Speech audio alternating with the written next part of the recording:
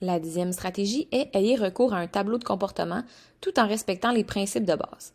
Donc, le tableau de comportement sert à encourager les comportements qui sont à développer en utilisant l'attention qu'on donne aux bons comportements et en utilisant les récompenses.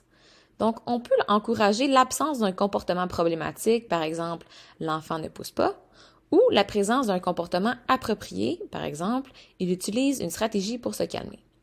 D'autres exemples peuvent être il fait ses devoirs, il dort seul, il fait des demandes verbales appropriées, il respecte sa routine du dodo, il partage, etc. On conseille de commencer par un seul comportement. Il est aussi important de se rappeler que le comportement, il doit être enseigné et vous devez vous assurer qu'il est compris à 100% par l'enfant.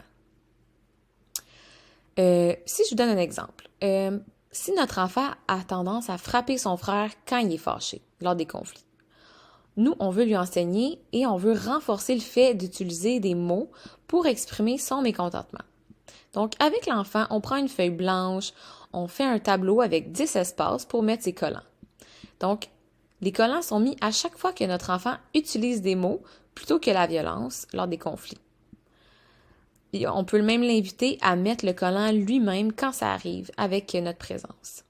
Après 10 collants, l'enfant a le droit à une récompense qu'il pourra choisir préalablement dans une banque de récompenses.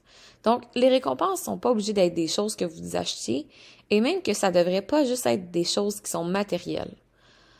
Des exemples de récompenses pourraient être de préparer le repas de son choix, de repousser un peu l'heure du coucher, de faire une soirée cinéma à la maison avec le film qu'il désire, d'avoir un congé de tâches, de manger devant la télé, etc.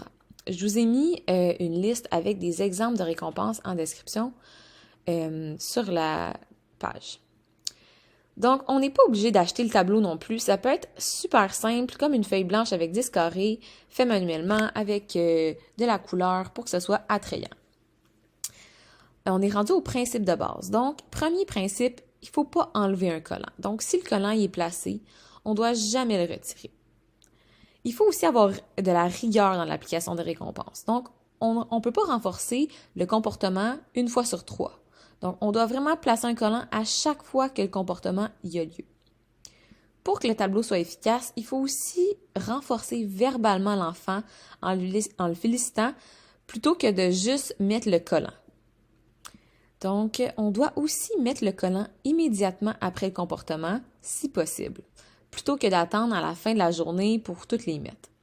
Donc, plus que c'est prêt dans le temps, plus que le tableau va être efficace. Aussi, on ne veut pas faire du chantage ou négocier avec l'enfant sur l'application des collants. C'est nous qui décidons c'est quand qu'il y a le renforcement et c'est agi comme à titre de surprise.